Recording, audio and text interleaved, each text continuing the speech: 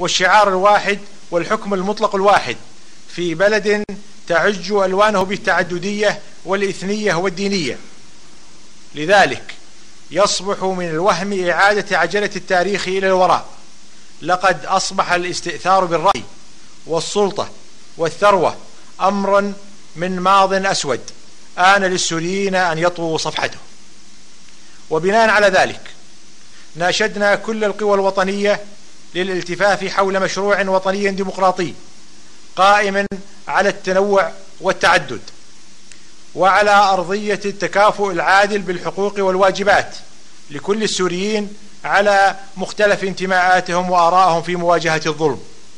والظلامية والتبعية لقوى خارجية، والتي لا تخفى مطامعها في سوريا من خلال تصفية حساباتها وتصدير أزماتها على حساب السوريين، وبما يحقق مصالحها الذاتية على أرضنا. وبناء على ما تقدم يلتقي تيار الغد السوري والإدارة الذاتية الديمقراطية للاتفاق مجددا على بنود ترسم الاستراتيجيات السياسية والعسكرية للمرحلة المقبلة، استكمالا لتفاهمات سابقة جرت بيننا على أرضية تقاسم الهموم والرؤى بين أبناء شعبنا السوري، عربا وكردا وسريانا وتركمانا وآشور وقوميات وطوائف أخرى، آخذين بعين الاعتبار ما يلي: أولا، يتفق الطرفان إن ما يجري الآن في سوريا هو صراع على السلطة، فالأطراف المقاتلة في سوريا شئنا أم أبينا هم أطراف سوريين، هم أطراف سورية، وهذا لا يلغي مشاركة ميليشيات طائفية مسيسة دفعت ومن خلفها نحو إفراز هذه الحالة المقيتة لتتحول إلى بؤرة جذب لجميع مرتزقة العالم الذين وجدوا في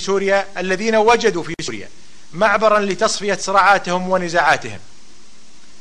إن استباحة الدم السوري لأخيه السوري يدفعنا للاعتراف بواقع الحال وتوصيف ما يجري بأنه تحريف للثورة السورية، تستقضي من الجميع إيجاد المخرجات العقلانية لدفع تداعيات ما هو أخطر وأدهى. فقد أصبحت البلاد مفتوحة على جميع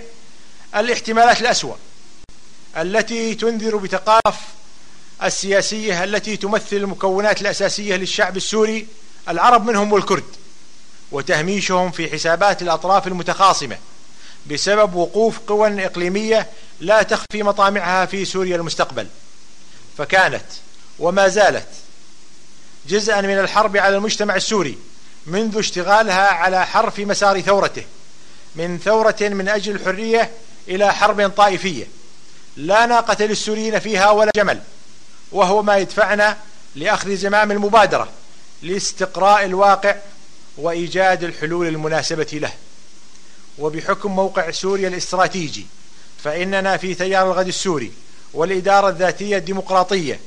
ندعو الدول على أساس احترام الحقوق الديمقراطية لكل المكونات السورية وفق ما تنص عليه القوانين والأعراف الدولية بضمانات دستورية، وتبني مشروع واحد للحل السياسي يحقق أهداف الشعب السوري لبناء سوريا المستقبل، ويكون مرجعا للتفاوض بوفد تمثل فيه جميع مكونات الشعب السوري وقواه الوطنية الديمقراطية، ويؤكدان أن النجاحات التي حققتها الإدارة الذاتية الديمقراطية تشجع القوى السورية الأخرى على الاستفادة من التجربة وتطبيقها بالمناطق التي سيتم تحريرها، واعتبارها قاعدة ارتكاز وطنية تحقق مبدأ العيش الحر الكريم للتوجه نحو الفضاء السوري. إن الدولة السورية القادمة ونظام الحكم فيها يجب أن يضمن مشاركة كل مكونات المجتمع السوري على أساس المواطن الحرة، بعيدا عن المحاصصات الطائفية والدينية والعرقية والعشائرية، والاعتراف بالحقوق القومية والثقافية والدينية. رابعا، إن التحالف بين الطرفين لا يقتصر على المبادئ النظرية والاستراتيجيات البعيدة المدى، إنما يتعهد الطرفان بوضع كافة إمكاناتهما السياسية والاقتصادية والإعلامية في سبيل تهيئة الظروف الملائمة لتحقيق كل ما يخدم توافقات الطرفين للوصول بسوريا إلى حل سياسي يفضي إلى دولة ديمقراطية مدنية تعددية لا مركزية تضمن حق المواطن الحرة والمساواة في الحقوق والواجبات لكافة أبناء الشعب السوري عربا وكردا وسريانا وتركمانا وأشورا وباقي مكونات المجتمع السوري وتنوعه الديني. خامسا، يؤكد الطرفان الإدارة الذاتية الديمقراطية وتيار الغد السوري أن ما يجمعهم هو الاتفاق على المشاركة في صناعة حاضر سوريا وغدها، كما فعل أجدادنا حينما تشاركوا في بناء تاريخ المنطقة.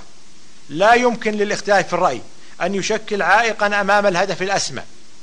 ألا وهو المشاركة في بناء مستقبل زاهر لأجيالنا القادمة يفتخر به العربي والكردي بهويتهما الوطنية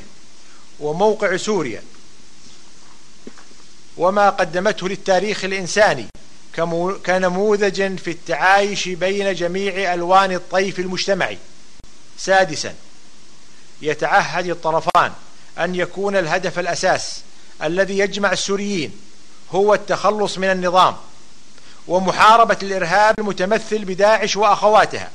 عبر كافة الوسائل اللازمة لذلك، ومنها الاستمرار في الجهود الدولية الرامية للقضاء عليه والسير بخطى حثيثة إلى حل سياسي يضع حدا لنزيف الدم السوري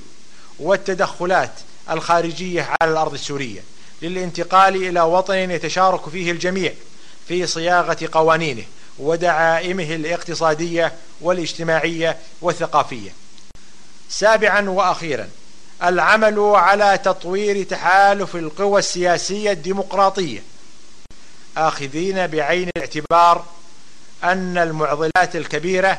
هي الفرصة الأنسب للحلول الكبيرة. والسلام عليكم. تم هذا الاتفاق في جمهورية مصر العربية القاهرة 10 أيلول عام 2016. مشاهدينا، كان هذا اتفاق كما قال أحمد الجربة مع الإدارة الذاتية الديمقراطية والغد السوري الذي